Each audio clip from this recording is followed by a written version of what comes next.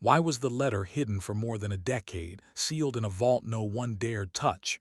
No heading, no name, just a single phrase stamped in fatting ink across the surface. Iron Wolf.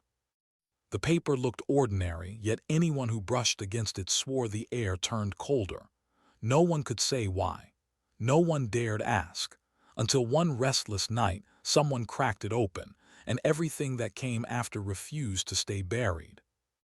The dawn at Fort arrived sharp, the kind that made every inhale sting like glass. The air smelled of wet stone and steel polish, the quiet broken only by boots on gravel.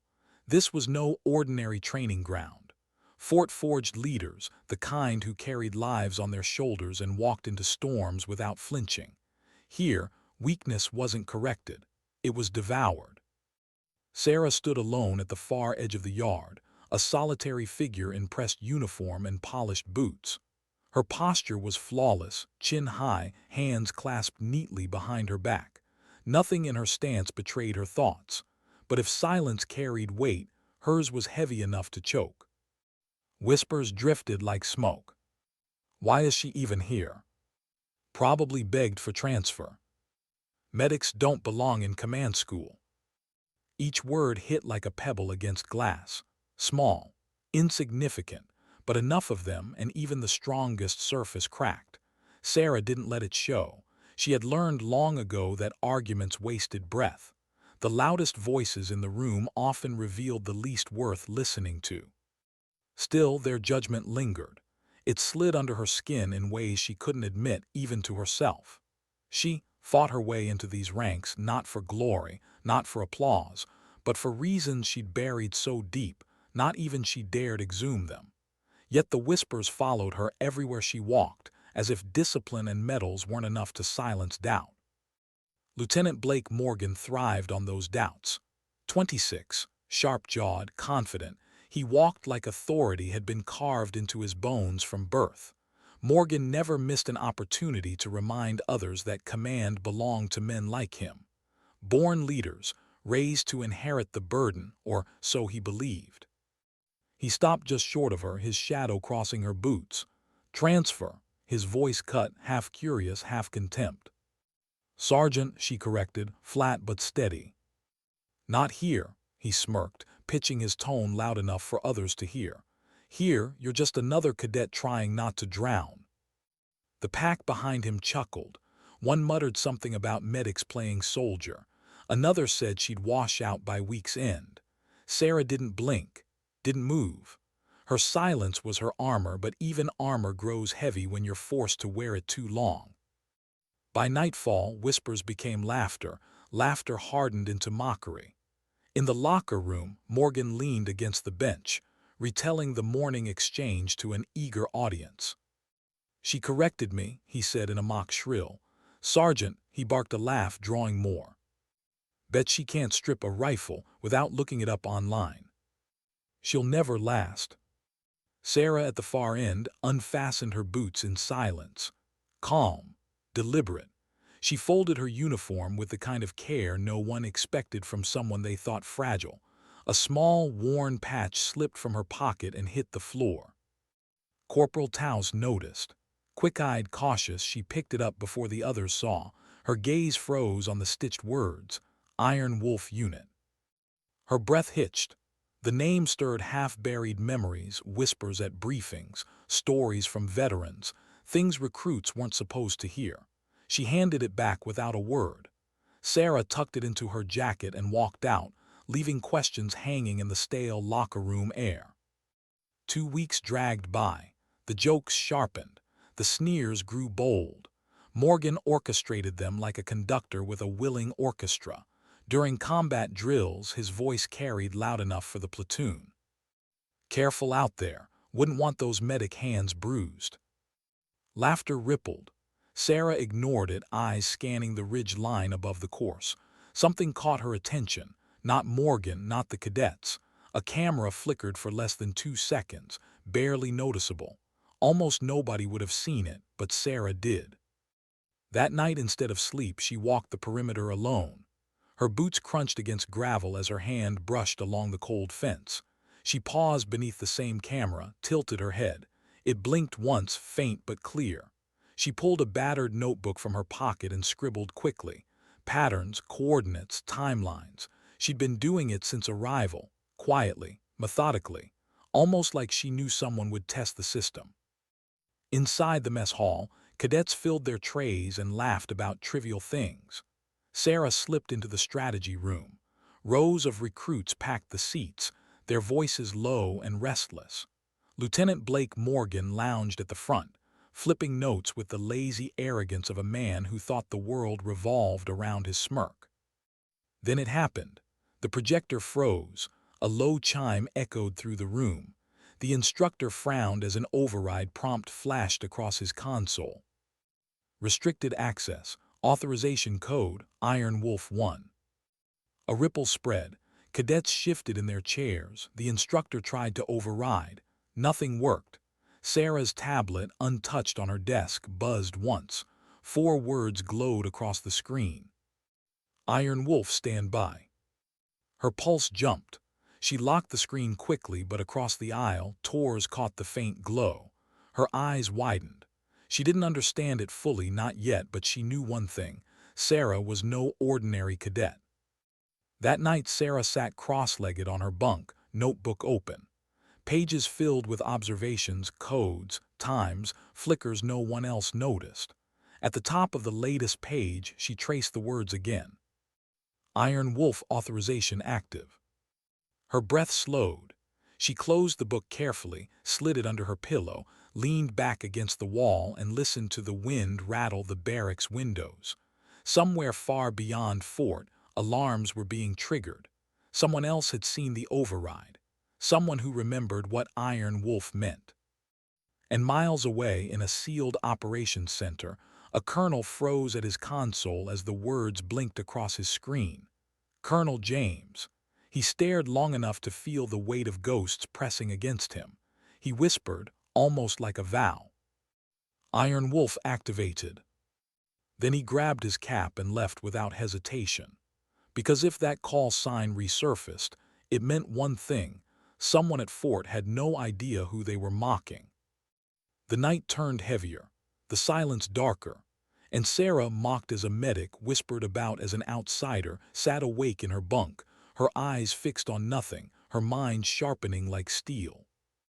Because she knew the storm was coming. And when it arrived, they would finally understand who she was. What froze the hall wasn't the sound of boots. It was the silence they commanded, measured, steady, echoing through marble corridors until every cadet stiffened in their seat. The double doors swung wide, and in stepped a presence that made even arrogance falter. Colonel James, broad-shouldered, ribbons across his chest, eyes carved from years of decisions that broke lesser men. His reputation reached further than Fort, whispered in barracks and written in silence on stone memorials. He had led units into missions nobody returned from, except his men always came back. Somehow, they always came back. The projector screen still glowed with the words no one understood. Iron Wolf 1, Authorization Active. Didn't glance at it.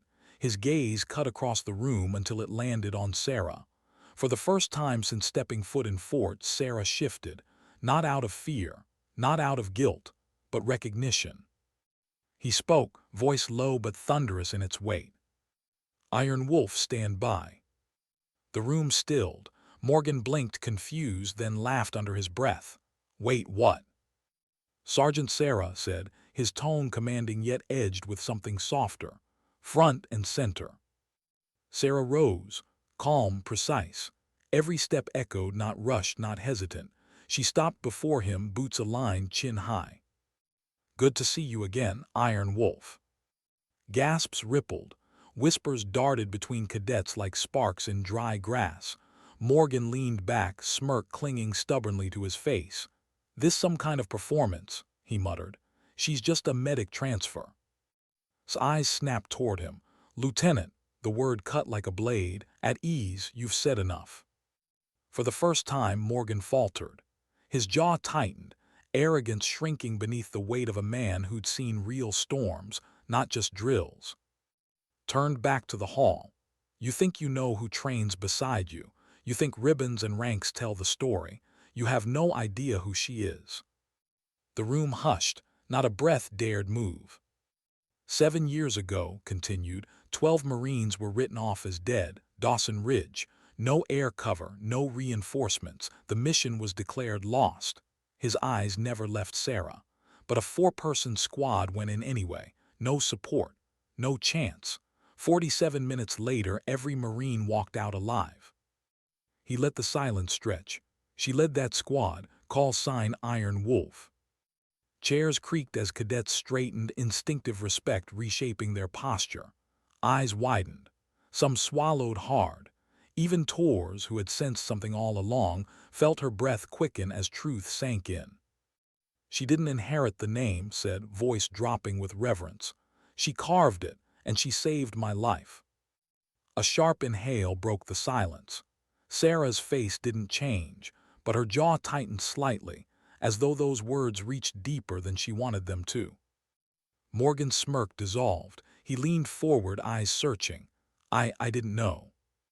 That's the point, answered. You never asked.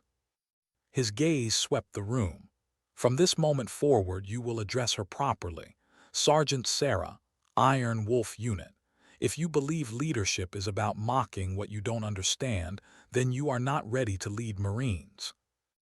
The weight of his voice pressed down until a single cadet at the back rose, heels together, salute sharp.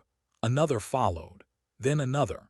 Within seconds, the hall filled with the synchronized crack of boots and the unified motion of hundreds of salutes. Sarah stood silent before them, her face unreadable, her presence unshakable, and in that silence everything shifted. She was no longer the medic mocked for transfer. No longer the cadet whispered about. She was Iron Wolf. But stepped closer, lowering his voice so only she could hear. They see it now, he murmured, but this isn't about them. Sarah's jaw set. Then who? His gaze hardened. Someone's watching this base, someone who shouldn't be. Her fingers curled into a fist at her side. Then it starts again. He nodded once. Welcome back, Iron Wolf. The salutes dropped. The room returned to silence. Yet in that silence an unease lingered. Respect had been earned, yes, but so had questions. That night heavy rain lashed the barracks windows. Sarah sat on the edge of her bunk, encrypted tablet glowing. The same 4 words pulsed across the screen. Iron Wolf, stand by. Before thought could settle, alarms shattered the night. Sirens screamed. Cadets spilled from bunks, scrambling into gear. Breach detected, west perimeter. Orders cracked like gunfire. Stood at the strategy hall center, his voice cutting through chaos. Lockdown Alpha, seal the gates, secure the armory. A young officer's voice broke in, pale and shaking. Sir, it's not outside. Internal sensors triggered. The room froze. Whoever's inside, the officer stammered, was already here. His eyes cut straight to Sarah. South wing, take Tors, move. Sarah seized her sidearm. In seconds, she and Tors were sprinting down corridors, boots pounding against polished floors. Emergency lights flickered red across steel walls, shadows chasing them through the passages. A vent panel hung loose, freshly disturbed. Sarah crouched, touched the edges. They've been here, she muttered. A sound followed, faint, deliberate, the scuff of a boot. Step out, Sarah ordered, weapon raised. A figure emerged from the dark. Black fatigues, suppressed weapon, gear no Marine carried. He froze, then lunged. Tors fired, sparks bit the wall. The intruder bolted. Sarah chased, breath sharp, boots hammering the floor. Twisting halls blurred until they spilled into the maintenance wing. She skidded to a halt. At the corridor's end, a device blinked silently on the main security panel. She tore it loose, her fingers trembling despite the steel in her voice. Not foreign, not stolen tech, U.S. military issue. Her stomach tightened. This wasn't sabotage, she whispered. It was authorized. By dawn, sirens had faded. The infiltrators vanished. No casualties. no stolen gear, just planted devices and unanswered questions. Sarah dropped the device onto the table with a sharp clink. They weren't here to destroy. His face darkened. They were testing us. The room sank into silence. Morgan stepped forward slowly, arrogance gone, voice unsteady. I didn't know. Sarah studied him, unreadable. Finally she answered, low but firm. Now you do. As dawn spread gray light across Fort, Sarah stood beneath the rain-soaked awning, her eyes fixed on the horizon. The call sign long buried was alive again. Iron Wolf. And someone out there wanted to see if she'd forgotten who she was. They were mistaken. Sarah wasn't here to fit in. She wasn't here to impress. She was here to lead. And now the entire base knew it. What happens when the enemy wears the same uniform as you? By morning, Fort's grounds looked untouched, the parade field washed clean by rain. But silence hung over the base, thicker than fog. No one laughed. No one dared speak above a whisper. The breach was never announced publicly, but word spread in ways silence never could. Cadets walked stiffer. Conversations died the moment Sarah entered a room. She felt it, the shift. Respect wasn't admiration. It was unease. They weren't sure if they were saluting a leader or a ghost come back to life. At the debrief, the device she had torn from the panel sat at the center of the table. Its steel casing glinted under harsh lights, military markings etched deep into its surface. His hand hovered over it, jaw set like stone. "This is ours," he said quietly, "which means whoever planted it knew how to walk past every clearance level we trust." Murmurs rippled. Tors exchanged a glance with Sarah, her unease plain. Morgan sat rigid, stripped of his usual arrogance. Sarah broke the silence. They weren't after destruction. They wanted a response, to see who was watching. "Testing us," agreed, his voice dark. "And now they know." The question no one voiced weighed on every chest. Who authorized it? Later that afternoon, Sarah sat alone in the strategy room. A notebook lay open before her, pages filled with coordinates, timings, camera flickers, all scribbled in her precise hand. She turned her pen slowly between her fingers, but her thoughts weren't on the page. They drifted backward to dust-choked air, to gunfire cracking against ridge stone, to 12 Marines trapped with no hope. Dawson Ridge. Her chest tightened. She had buried those memories deep. She thought she had left them behind. But the name Iron Wolf was never just a call sign. It was a reminder of the day she stepped into fire knowing she might never step out. Now, with every whisper in the halls, with every glance over her shoulder, the past pressed against her ribs like a blade. A knock broke her thoughts. Tors slipped inside. "They're still talking about last night," she said, voice low.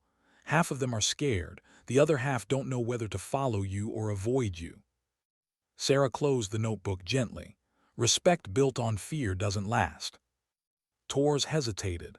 "Maybe, but after what's said," she swallowed. "You saved him, you led Dawson Ridge. Why hide it? Why let them treat you like nothing?" Sarah's gaze drifted to the rain-streaked window. "Because the moment you rely on reputation, you stop earning it." The words sat heavy. Tors studied her a moment longer, then nodded, though unease lingered in her eyes. That night the base was quieter than usual. Too quiet. Sarah lay awake, listening to the hum of fluorescent lights and the distant thrum of generators.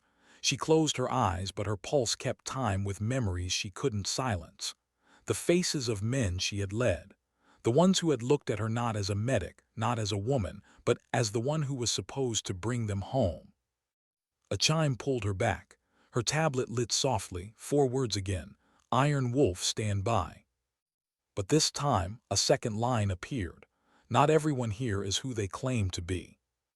Her breath hitched. She sat up sharply, scanning the room. The barracks was still. Cadets slept soundly, oblivious. She glanced back at the tablet, but the message vanished. The next day brought inspection drills. Cadets lined the yard, rifles shouldered, boots in perfect rows. Sarah stood among them, composed, unreadable. Morgan barked commands, voice echoing across the formation, trying to reassert control.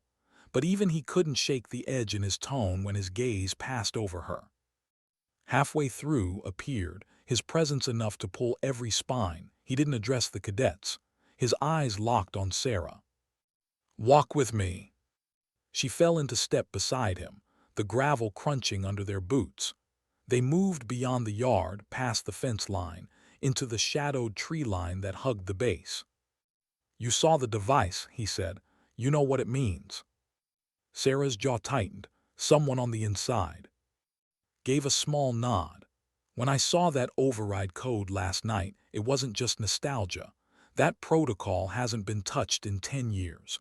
Whoever activated it knew exactly what they were pulling from the grave, and they wanted you to see it." Her chest tightened. "Why now?" "That's what I need you to help me figure out." His voice was low, almost reluctant. "You're the only one I trust to see what I can't." She stopped walking.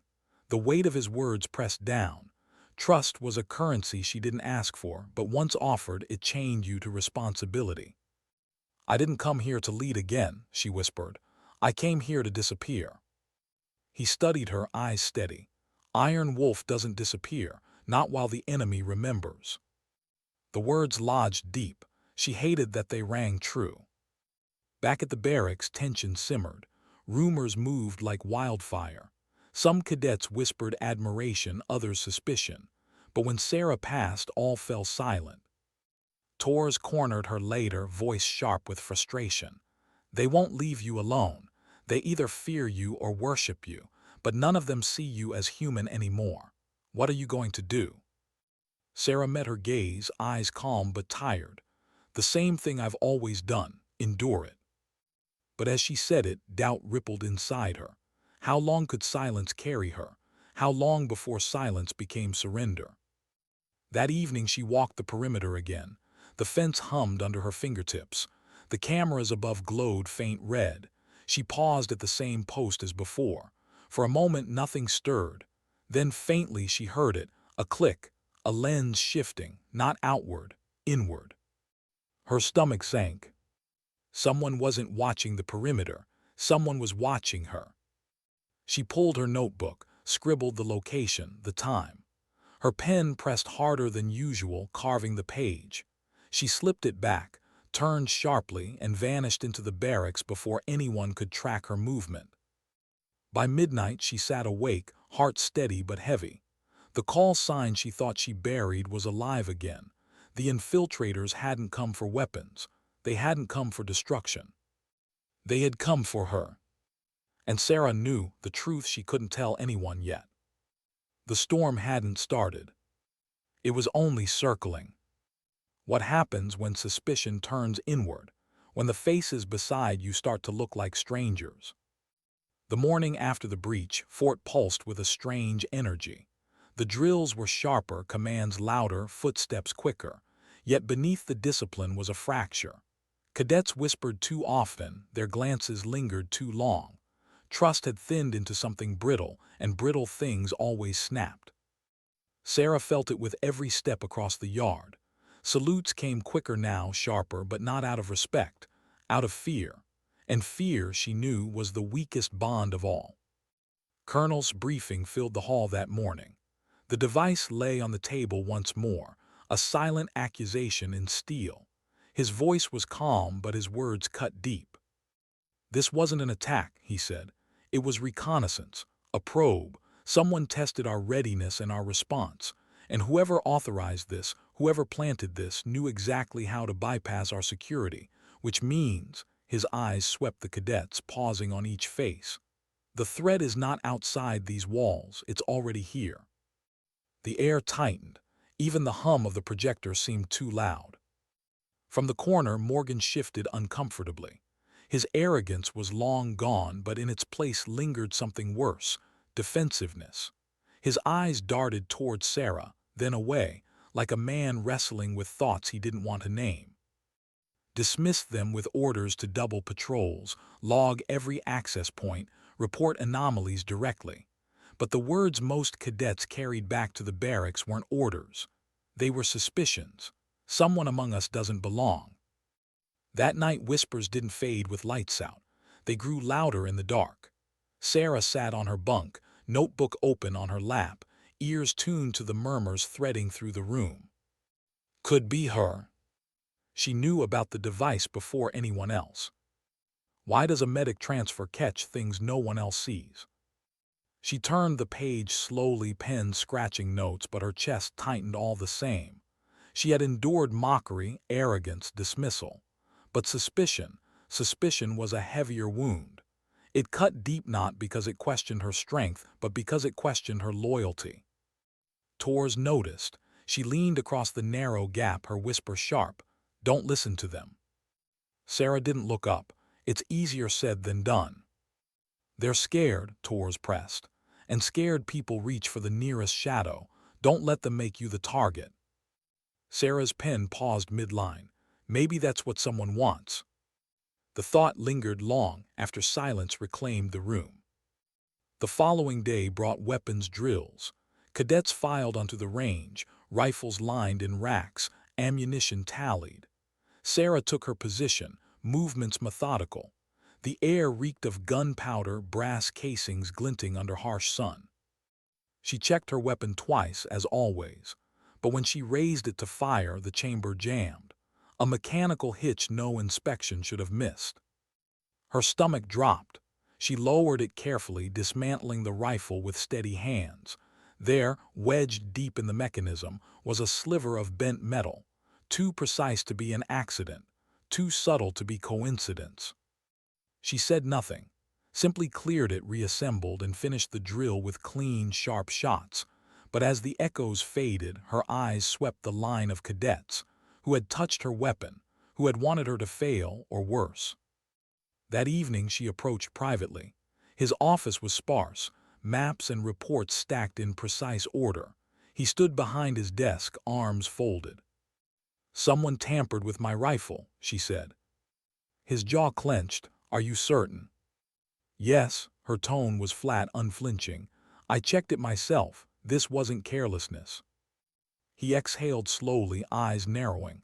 "Then they're not just testing the base, they're testing you." Her silence was answer enough. He studied her, voice lowering. "When I brought you back into this, I knew it would put a target on your back, but I didn't expect the strike this soon." Sarah's gaze held his. "Targets don't scare me, betrayal does." The admission was quiet, but it cut like steel. His expression softened briefly, then hardened again. "Then we find out who." But answers didn't come easily. Days blurred into a tense rhythm, training drills, inspections, nights of sleepless silence. Sarah felt eyes on her constantly, sometimes in curiosity, sometimes in doubt. Tors stuck close, loyalty unshaken, but even her presence couldn't shield against the weight of collective suspicion. Morgan, once her loudest critic, grew strangely quiet. He no longer mocked, no longer sneered. But his silence wasn't respect. It was distance. And distance, Sarah knew, was dangerous. One night, unable to bear the walls pressing in, she walked the perimeter again. The rain had eased, leaving the air thick with damp earth. She traced her usual path, fence, cameras, blind spots. But as she reached the western corner, she froze. Footprints fresh, deep in the mud, too heavy for casual patrol, too deliberate to be chance. They led toward the trees, disappearing into shadow. Her hand drifted to her sidearm. She followed, each step measured, breath steady. The forest closed around her, branches clawing at the sky. The prints twisted, doubled back, vanished. Then she heard it, the faint snap of a twig. "Show yourself." Her voice cut the stillness, calm but commanding. Silence answered. Then movement, a shadow darting between trunks. She raised her weapon, but before she could fire, the figure vanished into darkness. Her pulse raced, but she held position, scanning, listening. Nothing, only the sound of her own breathing. She returned to the base with mud on her boots and frustration in her chest. Someone was out there, close enough to taunt, careful enough to slip away.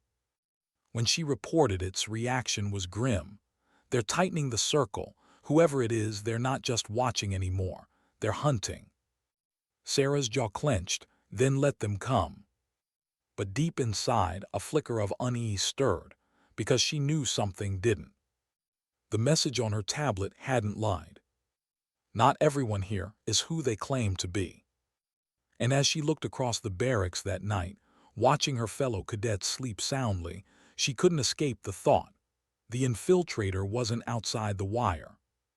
The infiltrator might already be in the room. Who do you trust when every face looks familiar, yet one hides the knife?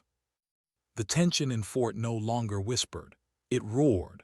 Orders snapped sharper. Conversations cut shorter. But beneath the discipline was paranoia heavy enough to choke. Every cadet walked with eyes over their shoulders.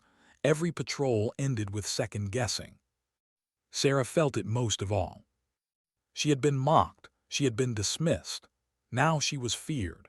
Yet fear did not bring safety. It brought isolation. Even Tors, her closest ally, watched her with a mixture of loyalty and worry, as if she sensed something Sarah wasn't saying aloud. The unease crested one gray morning during weapons inspection. Rifles clattered open, bolts checked, chambers cleared. Sarah's weapon passed smoothly this time, but 2 racks down, a cadet's rifle jammed. When the armorer had opened, the same sliver of bent steel fell to the floor, identical to the piece Sarah had pulled from her own weapon days earlier. The hall froze. "Who signed this weapon out?" the armorer barked. A name was called. The cadet stammered, pale, swearing he hadn't touched it.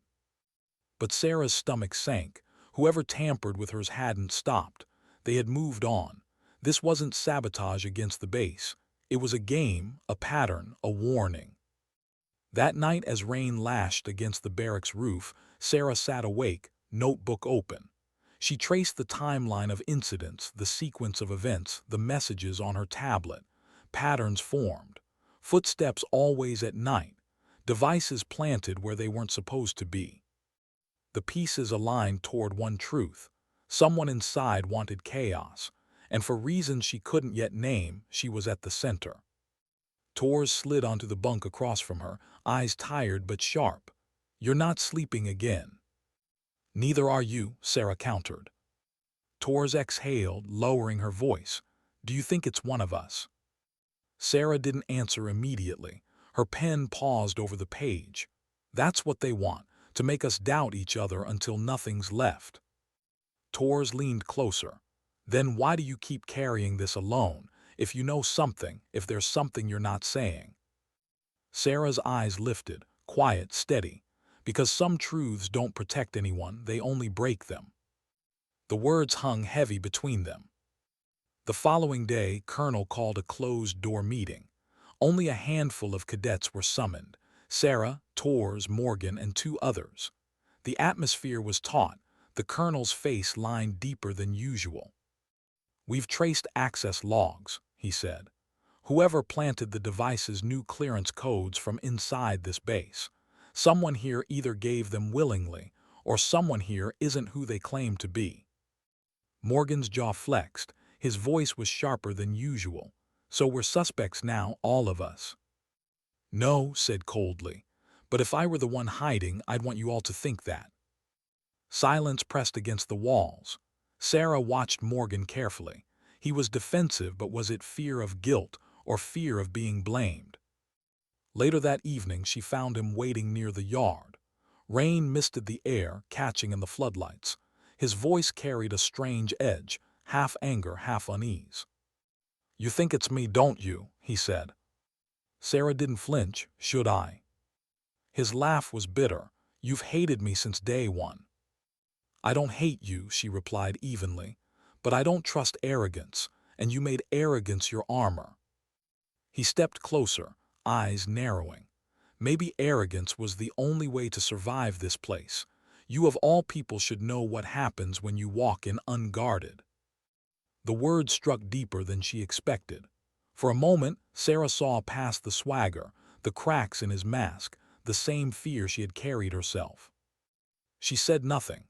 He turned sharply and walked into the rain, leaving her with a question she didn't want to ask. What if the enemy wasn't the arrogant lieutenant or even the cadets at all?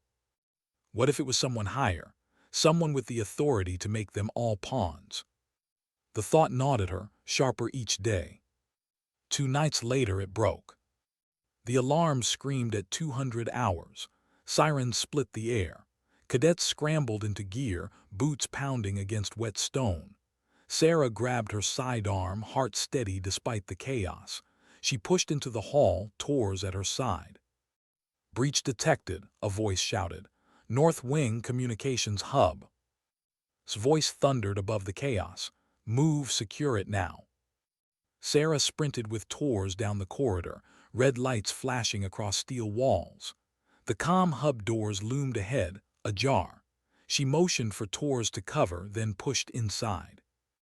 The room was wrecked. Consoles dark, wires pulled, monitors shattered. But worse was the figure slumped against the far wall, another cadet, unconscious, blood trickling from a head wound. And on the console, glowing faintly, 4 words, "Iron Wolf, stand by." Sarah's pulse slammed against her ribs. "They're not just inside," she whispered. "They're sending a message." Tor's voice trembled, "To you." Before Sarah could respond, movement flickered in the shadows. She spun, weapon raised. A figure bolted through the side exit, black fatigues blurring in the emergency light. She gave chase, Tors on her heels. They tore down the corridor, boots hammering steel. The figure was fast, but Sarah was faster. She closed the distance, heart pounding until the intruder turned a corner and vanished. Sarah skidded to a halt. The hallway was empty. No doors, no vents, just silence. Her breath fogged the air. Tors caught up wide-eyed. Where did they? But Sarah already knew. Whoever this was, they knew the base better than anyone. They weren't sneaking in. They belonged here.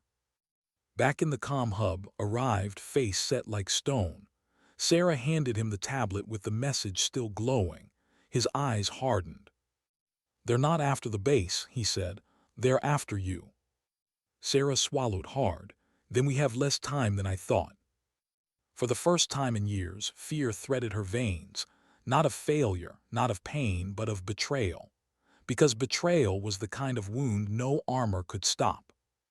And somewhere inside Fort, the betrayer was waiting for her to slip. What cuts deeper than an enemy's bullet? A friend's silence when you need their voice. The morning after the comm hub breach, Fort looked the same, gray skis, rigid formations, rifles clutched with discipline. But beneath the surface, trust was shattered. The cadets stood in lines, but they weren't a unit. They were fragments, each one wondering if the person beside them might already be the traitor. Sarah felt it like pressure in her chest. Not fear, she had long since buried that, but disappointment. She had expected resistance, even hostility. She hadn't expected betrayal. At the debrief, Colonel's voice was tight, the words clipped. "Whoever this is, they know our movements, they know our schedules. They've been inside every secure corridor without triggering alarms. That means they're not breaking in. They're walking in, which means someone here is letting them." A heavy silence followed. Sarah scanned the room, eyes steady, searching for flickers, nervous hands, shifting gazes. Nothing. Every cadet sat stiff, faces locked into masks. But masks, she knew, could hold for only so long.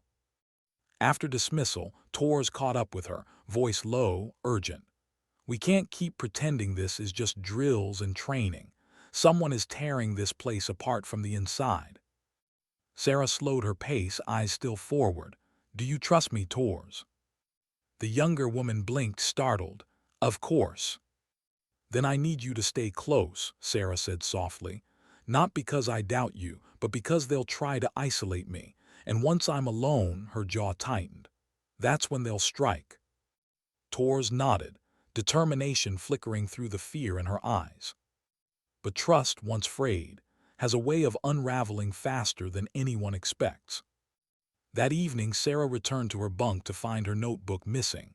Panic flared, quiet, controlled, but sharp. She searched the locker, every corner of the barracks. Nothing. Her notes weren't just observations. They were patterns, times, details no one else noticed. In the wrong hands, they weren't records, they were weapons. She stood in the center of the room, chest rising slow, steady. Cadets bustled around her unaware, or pretending to be. She could almost feel eyes on her back. Later that night, the notebook returned, slid under her door.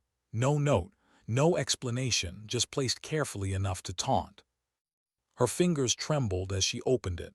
The last page had been turned. Her writing stared back at her, but beneath her last entry a new line appeared. Different hand. Same faded ink from her past. Iron Wolf, you can't hide forever. Her breath stilled. This wasn't just sabotage. This was personal. Whoever was inside the base wasn't just testing her. They knew her. The next morning pulled her aside. His face was heavier than usual, lines carved deep by frustration. You've noticed things others miss. More than once, you've been in the right place before anyone else. You need to tell me what you know. She hesitated, not because she didn't trust him, but because she knew the truth carried a price. Whoever this is, she said slowly, they're not only watching me, they're speaking to me, the messages, the notebook. They want me to know they're here. His eyes darkened. Then they're not after the base, they're after you. Sarah's jaw set, and they're inside your chain of command. The colonel's silence was answer enough. That night while cadets slept, Sarah sat alone on the barracks steps. The sky was cloudless, stars sharp against the black.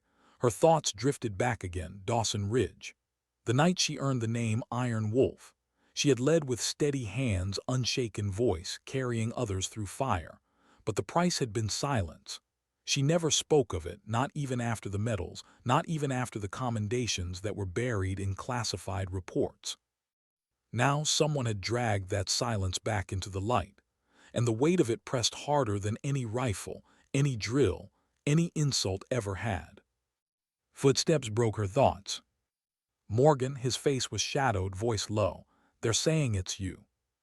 Sarah didn't move. Do you believe that? He hesitated, a pause too long. I don't know what to believe. Her eyes turned toward him, cold but calm. That's the difference between you and me, Lieutenant. I never needed anyone to believe. I just needed to act. His jaw clenched. Maybe belief is all we have left. He turned and walked away, leaving the words heavy in the night air. By dawn, another breach hit. Not alarms this time, subtler. Files from the base's archive went missing. No signs of forced access. No alarms triggered, just gone. Sarah arrived at the command room to find packing. He stopped the moment she entered, his voice flat. Clearance codes used were mine. The room stilled, Torres blinked, stunned. But sir, that means... It means someone has access to my identity, cut sharply, or someone close enough to mimic it. His eyes flicked to Sarah. And if they can use mine, they can use yours. The truth lodged like a stone in her chest. Someone wasn't just inside the base. They were inside her life, her past, her call sign. That night, unable to sleep, she returned to the tree line beyond the yard. The ground was damp, branches slick with dew. She crouched low, scanning for movement. Then she saw it, a faint light blinking deep in the brush. She moved silently, hand on her weapon, step by step until she reached it. A transmitter, military grade, buried shallow under leaves, still warm, still active. Her breath caught. She turned it over in her hands and froze. Stamped on the casing, worn but visible, was a familiar insignia, not foreign, not enemy. Iron Wolf Unit. Her own past staring back at her. Her grip tightened. Someone wasn't just taunting her. They were connected to her history, to the mission she thought she'd left buried. The betrayal wasn't random. It wasn't opportunistic. It was personal. And Sarah understood in that moment that the real war hadn't ended at Dawson Ridge. It had followed her here, waiting for the moment she would be forced to face it again. The storm was no longer circling. It was already inside the wire. How do you fight an enemy who knows your name, your silence, and the ghosts you never speak of? By the 7th day since the breach, Fort no longer felt like a training base. It felt like a trap. Every hallway carried echoes of suspicion. Every shadow looked sharper than it should. Cadets walked stiff, eyes darting towards Sarah with equal parts awe and doubt. And Sarah, she moved with the same quiet precision as always, but inside her chest, tension coiled tight. Someone had unearthed her past. Someone had stamped Iron Wolf back onto her shoulders. And now someone was using it against her. Colonel called her into his office. Maps and surveillance logs covered the table, lines crisscrossing in ways that looked like strategy but felt like desperation. He didn't look up right away. "They've been ahead of us every time," he said finally. "Every step we take, they're already waiting." Sarah leaned against the table, eyes tracing the maps. "Because they're not predicting us. They're inside the planning itself." He met her gaze, "Which means someone in this room." She cut him off softly. "Already knows the moves before they're made." The silence between them was heavy. The expression tightened, but not from anger, from the weight of knowing she was right. Later, Tors found Sarah outside near the yard, rain misting the gravel. "I don't like the way they're looking at you," she said. Sarah didn't answer. "They think you know more than you're saying," Tors pressed. "Maybe I do," Sarah admitted quietly. "But sometimes saying the truth puts a target on more backs than mine." Tors frowned. "Then at least let me carry part of it." Sarah's eyes softened just for a moment. "That's the problem, Tors. No one else is meant to carry this." But even as she spoke, doubt gnawed. She had carried it alone for years. Dawson Ridge, the silence, the buried name. And now the shadows were rising again and silence was no longer armor. That night another message lit her tablet. 4 words the same as always. "Iron Wolf, stand by." But this time a second line. "The wolf is never alone." Her breath stilled. Fingers tightened against the screen. Whoever it was, they weren't just taunting her. They were close, too close. She went to immediately, tablet in hand. His eyes hardened as he read.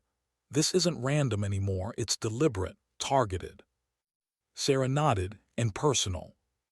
Exhaled. "Then we stopped chasing shadows, we flushed them out." The plan came together quickly. A controlled drill, restricted access, simulated movement, a trap. The next evening, cadets were ordered into formations, corridors sealed, access codes changed. Sarah and Tors took their posts near the east wing. Morgan was stationed opposite, tension thick in his face. Hours crawled by, nothing moved, no alarms, no shadows. Until Sarah's comm buzzed, a single line of text, "Check the comm hub." Her blood ran cold, the same place as before. She bolted, Tors on her heels, boots slamming against steel floors. The doors loomed ahead, sealed. She swiped her clearance, swiped again. Then the doors hissed open. The hub was dark, monitors dead, air thick with the hum of disabled systems. At the center, another device blinked faintly. Sarah approached slowly, heart hammering. She knelt, turning it over. Stamped across the casing, "Iron Wolf Unit." Tor's voice cracked. "It's them. Whoever they are, they're tied to you." Sarah didn't move. Her mind flashed back to Dawson Ridge. The 4-person squad, the faces she had sworn to protect. Could one of them have turned? Could one of them be here now, twisting the past into a weapon? Before she could answer, footsteps echoed. Morgan appeared in the doorway, face shadowed, voice taut. "What the hell are you doing here?" Sarah rose slowly, weapon still at her side. "Same as you, looking for answers." He stepped closer, eyes flicking to the device in her hand. His jaw tightened. "Convenient that every time something happens, you're the one standing over it." Tors bristled. "She didn't plant it." "Didn't she?" Morgan snapped. "How do we know she isn't pulling the strings? The call sign, the secrecy, the way protects her." Sarah's gaze hardened. "If I wanted this base compromised, Lieutenant, you wouldn't be standing here arguing with me. You'd be counting the casualties." His face flushed, torn between anger and doubt. "Then prove it. Because right now, half this base thinks you're the reason we're under attack." The words hit harder than any bullet, not because of their sharpness but because they were true. Suspicion had already poisoned the halls. Proof no longer mattered. Perception did. Morgan left, tension thick in his wake. Tors turned to Sarah, worry etched deep. "He's wrong. I know he's wrong." Sarah didn't answer. She stared at the device, the insignia, the ghosts it carried. Because deep inside, a darker question clawed at her. What if part of him was right? What if her past had brought this storm to Fort? That night she sat alone in her bunk, the notebook open across her lap. She traced the names of her old squad with her pen, one by one. Men who had followed her into fire. Men who had survived because she refused to let them die. But survival leaves scars, and scars left untended turn into something else. Her pen hovered over one name longer than the rest, a man who had vanished after Dawson Ridge, a man she hadn't heard from in years. Her stomach twisted. Could it be? The next message came just before dawn. "Iron Wolf, you left one behind." Her pulse slammed. She stared at the words until the screen went dark again. Whoever it was, they weren't just testing her. They weren't just sabotaging the base. They were reaching into her past, dragging out ghosts she thought she buried. And now the betrayal wasn't a question. It was a certainty. The only mystery left was who would stand beside her when the truth came crashing down. What happens when the past you thought was buried walks back into the room? The dawn broke over Fort in a cold, gray hush. The storm clouds from the night before hadn't lifted. They simply hung heavier, pressing down on the compound like a weight no one could shake. Cadets moved briskly across the yard, but their eyes betrayed them, darting, nervous, restless. The air was filled with discipline, but the discipline felt fragile, brittle, one sharp word away from shattering. Sarah stood at the edge of the formation, her expression unreadable, but inside she was burning. The words from the tablet gnawed at her like a wound she couldn't close. "Iron Wolf, you left one behind." Dawson Ridge came back in fragments. The dust, the smoke, the screams. She remembered every order she gave, every risk she took, every Marine she dragged back from the line of no return. She remembered counting 12 when the choppers lifted, 12 alive, 12 breathing. So who had she left behind? Colonel's voice cracked the morning silence. "Today we end this. Whatever shadow is inside this base, we cut it out." His tone was calm but edged, as though he carried doubt in his own chest. His eyes swept the cadets, sharp, steady, unyielding. Then without warning the alarm screamed again. Sirens wailed across the base. Voices shouted over comms, "Unauthorized access, East Wing, secure storage vaults." Barked orders instantly. "Move, seal the corridors." Sarah was already running, Tors at her side, boots hammering steel floors. They cut through the halls, adrenaline surging, weapons ready.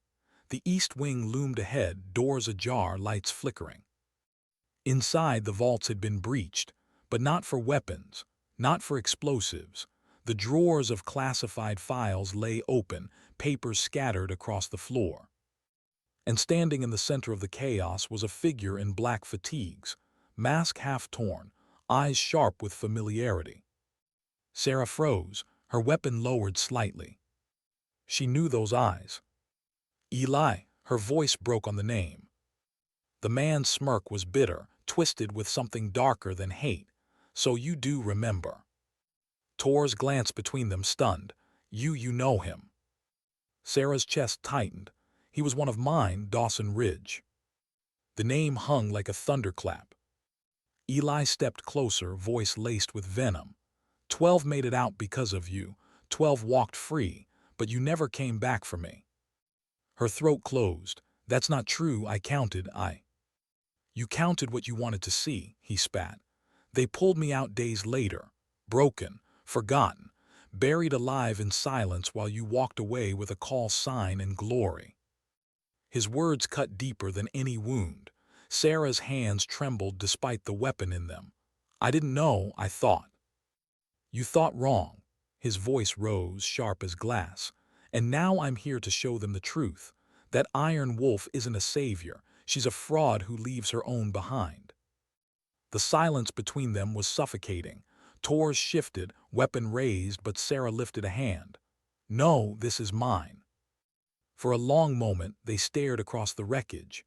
Two soldiers bound by the same past, torn apart by different scars. Finally, Sarah lowered her weapon. Her voice was steady, quiet, but it carried. "If you think I left you behind, then you don't know me at all. I've carried you every day since that ridge. Every night I closed my eyes, I counted 12. Not because of medals, not because of glory, because I promised myself I wouldn't forget." Eli's face twisted. The mask of anger cracked just for an instant, revealing something raw beneath. Pain, betrayal, loneliness. But the moment passed. His jaw tightened, eyes hardening again. "Promises don't erase the years I bled in silence, and now you'll bleed with me." He lunged for the console. Sarah moved faster. She tackled him, weapons clattering against the steel floor. The fight was brutal, close, desperate. No drills, no choreography, just fists, elbows, rage, and regret. Tors shouted, but Sarah didn't let her intervene. This wasn't about winning. This was about facing the ghost she had avoided for too long. At last, Sarah pinned him, her breath ragged, her face inches from his. "You want to hate me? Fine, hate me. But don't drag them into this. Don't turn your scars into theirs." Eli struggled, then stilled. His chest heaved, eyes burning into hers. For a moment the bass faded away. It was just two soldiers again, trapped in the memory of a ridge that had never stopped bleeding. His voice thundered from the doorway, "Stand down." Guards poured in, weapons raised. Eli's glare flicked to Sarah one last time before he let them pull him away. The silence that followed was heavier than the fight. Later in the debrief, Cadet sat rigid, eyes wide, whispers filling the gaps his voice didn't. They had seen Iron Wolf fight, not to kill, not to dominate, but to carry the weight no one else could. Stood before them, gaze sweeping the room. "You mocked her, you doubted her, some of you even feared her, but she has carried ghosts heavier than any of you can imagine. And when the time came, she didn't run from them. She faced them. That's what leadership is." The room stilled. Even Morgan, who had once sneered at her every move, sat silent, humbled. When it was over, Sarah walked alone to the edge of the yard. The horizon stretched gray, the storm finally breaking into faint sunlight. Tors joined her, quiet at her side. "Do you regret it?" Tors asked softly. Sarah's eyes stayed fixed on the distance. "Regret isn't the word. Regret means you changed the past, but some things can't be changed. They can only be carried." Tors nodded slowly, though her eyes shimmered with unspoken weight. Sarah exhaled, the tension in her chest loosening at last. Sometimes dignity doesn't speak, it simply acts. And with that she turned back toward the base. Not as the cadet they mocked, not as the medic they doubted, but as Iron Wolf, flawed, unbroken. The storm had come, and she was still standing.